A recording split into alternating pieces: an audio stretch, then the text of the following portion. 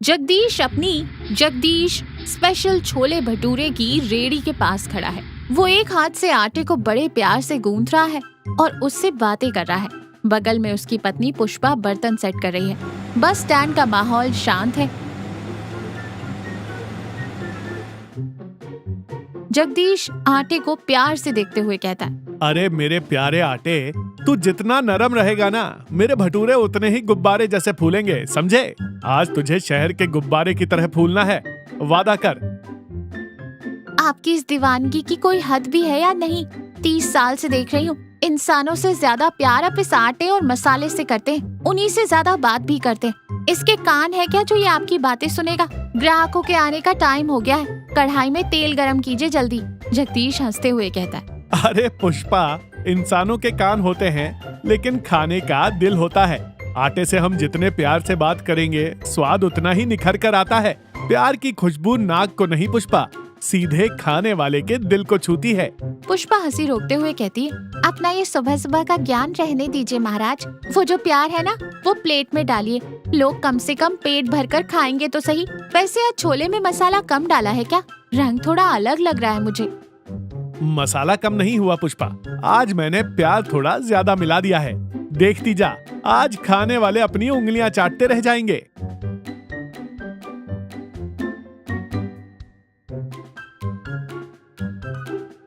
तभी अपनी पुरानी खटारा साइकिल पर डाकिया धर्मपाल आता है। उम्र 55 साल। साइकिल का स्टैंड लगाकर जोर से सांस लेता है और कहता है, उफ, जगदीश मेरे भाई, बस स्टैंड का मोड़ मुड़ने से पहले ही तेरी रेहड़ी से आती मसालों की खुशबू मुझे खींच लाती है यार। आज मेरी घरवाली ने नाश्ते में उपमा बनाया है। कसम से वो उपमा नहीं, अंबुजा सीमेंट है। गलती से खा लिया तो इस जन्म में तो नहीं पचेगा। जल्दी से एक प्लेट छोले भटूरे लगा दे। पुष्पा हंसते हुए कहती है, अरे धर्मपाल जी, उन्होंने इतनी मेहनत से बनाया है और आप बिना खाए आ गए। वैसे पिछली बार भटूरों में तेल ज्यादा था तो आपकी पत्नी ने आपको घर से बाहर खड़ा कर दिया था। आज फिर खाकर गए तो क्या होगा? घर में एंट्री मिलेगी। धर्मपाल जी घबरा कर इधर उधर देखते हुए कहते, अरे पुष्पा बहन, धीरे बोल, उसे बिना बताए ही खिसक आया हूँ। वैसे भी जगदीश के हाथों के स्वाद के लिए घर के बाहर क्या, गांव के बाहर खड़ा होने के लिए भी तैयार हूँ मैं। बस तू तेल थोड़ा कम लगाकर 2 भटूरे दे दे। जगदीश हंसते हुए प्लेट देता है। तेल कम कर दिया तो वो भटूरा कैसे बनेगा धर्मपाल जी? कहिए तो आपके लिए फुलके सेक दूं? खैर, ये लीजिए मेरे स्पेशल गर्मा गर्म भटूरे। धर्मपाल पहला निवाला मुंह में रखता है और आनंद में आंखें बंद कर लेता है। फिर धीरे धीरे चबाते हुए कहता है, अद्भुत, मान गो जगदीश, तेरे हाथों में कोई जादू है यार। इस स्वाद के आगे शहर के बड़े बड़े 5 स्टार होटल भी फेल हैं। ये आपका बड़प्पन है धर्मपाल जी। अपने गांव वाले रोज आकर खाते हैं, खुश होते हैं, पर कभी कभी सोचता हूँ इतना बढ़िया स्वाद सिर्फ हमारे गांव तक ही सिमट कर रह गया है। शहर वालों को भी ये जगदीश स्पेशल चखा पाता तो कितना अच्छा होता। पुष्पा चिढ़कर कहती है, क्या मतलब है आपका? अब शहर जाकर रेडी लगाएंगे क्या बुढ़ापे में? वहाँ की भीड़ भाड़ में हमारा गुजारा नहीं होगा। मुझसे तो नहीं होगा बाबा, जो मिला है उसी में खुश रहना सीखिए। मैंने ये नहीं कहा कि मैं शहर जाऊंगा पुष्पा, मैंने कहा मेरा खाना शहर जाना चाहिए। खैर छोड़ो, ये कहाँ मुमकिन है। जगदीश रेहड़ी साफ कर रहा है, सारे बर्तन ढके हुए हैं। तभी गांव का एक समझदार लड़का महेंद्र हड़बड़ाहट में आता है और निराश होकर कहता है, जगदीश भैया, ये क्या इतनी जल्दी रेहड़ी बढ़ा दी? मेरे लिए कुछ नहीं बचाया? मैं सुबह से शहर में काम निपटा कर तुम्हारे भटूरे खाने के लालच में भूखा प्यासा आ रहा हूँ और तुम खाली पतीला दिखा रहे हो। अरे महेंद्र बाबू, तुम इतनी देर से आओगे मुझे कैसे पता? सुबह सुबह तो गर्मा गर्म खा सकते हो। अब दोपहर हो गई है, आटा खट्टा होकर रबर जैसा हो गया होगा। स्वाद बिगड़ा हुआ खाना मैं किसी को नहीं देता। अपने काम और स्वाद से कोई समझौता नहीं। ठीक है भैया, तुम्हारा उसूल पता है मुझे, लेकिन तुम्हारे छोले भटूरे का स्वाद शहर में भी नहीं मिलता। वहाँ लोग ऐप से ऑर्डर करके ठंडा बासी खाना खाते हैं। भैया, मुझे एक आइडिया आया है, तुम कहीं मत जाओ, तुम्हारे छोले भटूरे शहर जाएंगे। जगदीश हैरानी से कहता है, शहर कैसे जाएंगे महेंद्र? उड़कर? पार्सल भैया, अच्छे से पैक करके शहर जाने वाली बस के ड्राइवर को दे देंगे तो शहर के ऑफिस वाले बस स्टैंड पर ले लेंगे। मेरे बहुत से दोस्त वहीं काम करते हैं, उन्हें मैं बता दूंगा। जगदीश खुशी में चमचा हिलाते हुए कहता है। अरे वाह, क्या आइडिया है महेंद्र बाबू, मेरे दिमाग में ये क्यों नहीं आया? तभी पुष्पा टोकते हुए जोर से कहती है, क्यों नहीं आया? दिमाग होगा तब आएगा ना। शहर बस में भेजेंगे तो वहाँ पहुँचते पहुँचते वो भटूरे ठंडे होकर रबर बन जाएंगे, सारा तेल जम जाएगा और छोले पेस्ट बन जाएंगे। खाने वाले भी गालियाँ देंगे, आपकी बची कुची इज्जत बाजार में नीलाम हो जाएगी। मुझे ये आइडिया बिल्कुल पसंद नहीं। जगदीश उदास होकर बैठ जाता है। अरे बात तो पुष्पा भी पते की कह रही है महेंद्र, भटूरे का असली मजा तो गर्मा गर्म ही है, ठंडे होने पर तो वो प्लास्टिक का लिफाफा चबाने जैसा लगेगा। अपने बस का नहीं है ये। तभी बस स्टैंड के पोस्ट बॉक्स में चिट्ठियां डालने आया धर्मपाल ये बातें सुन लेता है।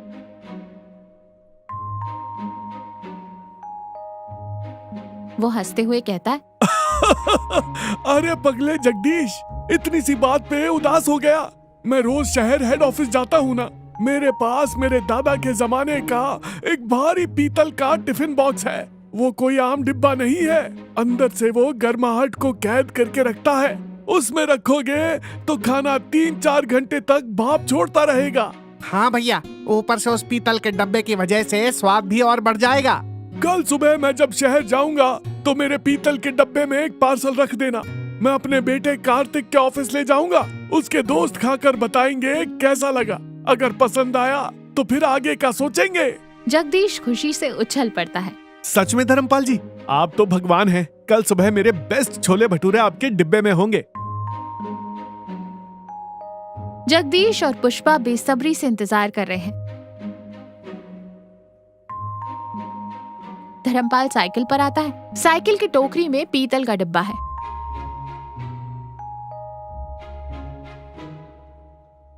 धर्मपाल के चेहरे पर एक बड़ी सी मुस्कान है। जगदीश घबरा कर आगे बढ़ते हुए कहता है, धर्मपाल जी क्या हुआ? डिब्बा खोला था, ठंडे तो नहीं हो गए थे? किसी ने कुछ बुरा भला तो नहीं कहा? अरे रुकिए, उन्हें सांस तो लेने दीजिए, डिब्बा इधर दीजिए मुझे। पुष्पा डिब्बे का ढक्कन खोलती है। वो पूरी तरह खाली है, मानो किसी ने उसे धो पोंछ कर रखा हो। धर्मपाल ठहाका मारकर हंसता है। अरे जगदीश, डिब्बे के अंदर छोले तो क्या, नीचे चिपका हुआ मसाला तक चाट गए सब। मेरे बेटे के ऑफिस में कैबिन के अंदर इतनी खुशबू आ रही थी कि बगल वाले कैबिन से भी लोग आकर छीन कर खाने लगे। अद्भुत लगा सबको। कल के लिए डबल ऑर्डर किया है। महेंद्र वहाँ आते हुए कहता है, देखा भैया मेरा आइडिया, कल से अपना बिजनेस डबल। जगदीश और पुष्पा खुशी से एक दूसरे को देखते हुए। जगदीश और पुष्पा जमीन पर बैठकर गल्ले के पैसे गिन रहे हैं। महेंद्र बासी कुर्सी पर बैठकर फोन चला रहा है। माहौल शांत है, लेकिन जगदीश के चेहरे पर खुशी नहीं है। पुष्पा खुशी से पैसे समेटते हुए कहती है, देखा आपने, शहर में पार्सल भेजना शुरू किया तो हमारी कमाई 3 गुना बढ़ गई है। इन पैसों से हमारा पुराना कर्जा भी उतर जाएगा। अगले महीने मैं वो नई रेशमी साड़ी और घर के लिए मिक्सी भी खरीद लूंगी। महेंद्र उत्साह से कहता है, मैंने कहा था ना भाभी, धर्मपाल जी के बेटे के ऑफिस में अब जगदीश स्पेशल के नाम पर लोग पागल हैं। रोज के 20 ऑर्डर तो सिर्फ उसी ऑफिस से आ रहे हैं। हाँ भैया, सब तुम्हारी ही बदौलत है। फिर जगदीश की तरफ देखकर कहती है, क्या बात है जी, आप कुछ बोल क्यों नहीं रहे? हाथ में इतने पैसे आ रहे हैं, फिर भी मुंह लटका रखा है। जगदीश गहरी सांस लेते हुए कहता है, हाँ पुष्पा, पैसे तो खूब आ रहे हैं, गल्ला भर रहा है, लेकिन मेरे मन के अंदर कुछ खालीपन सा लग रहा है। पुष्पा झुंझला कर कहती है, लो फिर से शुरू हो गया आपका ज्ञान। सब कुछ इतना अच्छा चल रहा है तो अब ये क्या नई परेशानी है? शहर वालों को मेरा खाना पसंद आ रहा है, वो पैसे भेज रहे हैं, खुशी की बात है। लेकिन यहाँ अपनी रेहड़ी पर जब मैं खुद अपने हाथों से प्लेट में परोसता था और पहला निवाला खाते ही लोग आंखें बंद करके आह करते थे ना, तो उनके चेहरे की वो खुशी देखकर मेरा पेट भर जाता था। अब उन पार्सल के डिब्बों में खाना बंद करके भेजता हूँ तो लगता है जैसे किसी इंसान को नहीं, किसी मशीन को खाना खिला रहा हूँ। मुझे पैसों की खनक तो सुनाई दे रही है, लेकिन मेरे ग्राहकों की वो मुस्कान कहीं खो गई है। मैं सिर्फ एक खाना बनाने वाली मशीन बन गया हूँ। महेंद्र फोन नीचे रखकर गंभीरता से कहता है, तुम्हारी बात में दम है भैया। तुम सिर्फ एक व्यापारी नहीं हो, तुम वो इंसान हो जो दूसरों की भूख मिटाकर खुद खुश होता है। तुम वो जुड़ाव मिस कर रहे हो। पुष्पा थोड़ी नरम पड़ते हुए कहती है, आपकी तकलीफ मैं समझ रही हूँ, लेकिन जो लोग इतनी दूर बैठे हैं, उनकी मुस्कान हम यहाँ से कैसे देख सकते हैं? थोड़ा समझौता तो करना ही पड़ेगा ना।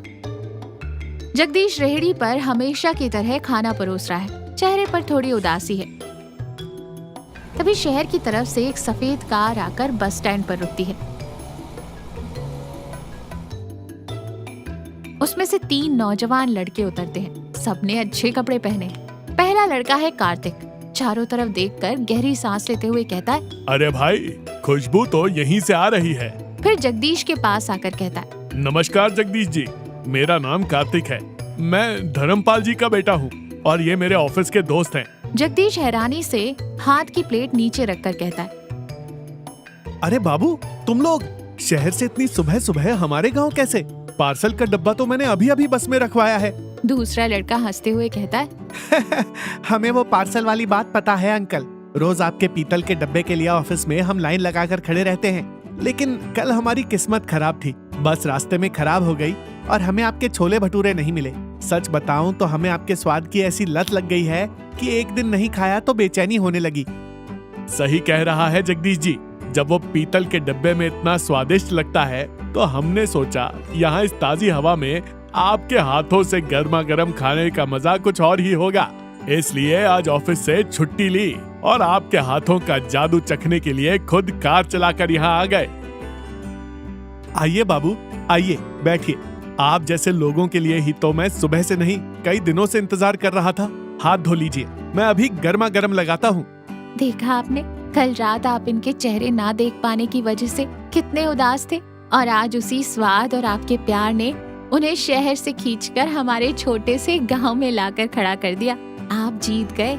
जगदीश मुस्कुराते हुए कहता है, हाँ पुष्पा, हम जो काम करते हैं अगर उसमें ईमानदारी और प्यार हो ना तो वो मीलों दूर से भी इंसानों को यहाँ खींच लाता है। यही मेरी असली कमाई है। अरे जगदीश, मैं जब तक साइकिल से यहाँ पहुँचा मेरा बेटा अपनी कार में मुझसे पहले ही यहाँ टपक पड़ा। उनको बहुत खिला दिया। अब पहले मुझे एक प्लेट दे भाई, भूख के मारे जान निकल रही है। घर पर रखे उस उपमा को याद करके ही मुझे पसीने आ रहे हैं। तो देखा, हम जो भी काम करते हैं अगर उसमें पूरी ईमानदारी और सामने वाले के लिए प्यार हो तो वो हमें हमारी असली पहचान दिलाता है। व्यापार में इंसान चाहे कितना भी पैसे क्यों ना कमा ले, लेकिन लोगों के साथ सीधे तौर पर जुड़ना और उनके चेहरों पर आने वाली खुशी देखना उस पैसे से कहीं बढ़कर है। अपने काम के प्रति सच्चा प्यार ही इंसान की सबसे बड़ी सफलता है।